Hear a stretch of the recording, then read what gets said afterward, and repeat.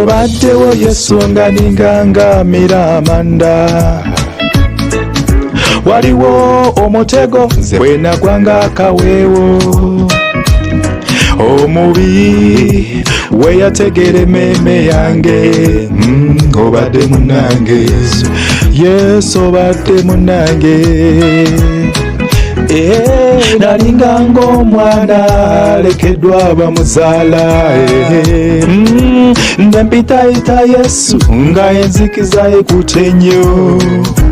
awo we nalinze wanyweze mukono gwange era bwe wakemagombe taata nange neve magombe yimba nange nti Yesu webala okunjagala nze Yesu webala okundokola ddala bwe wafa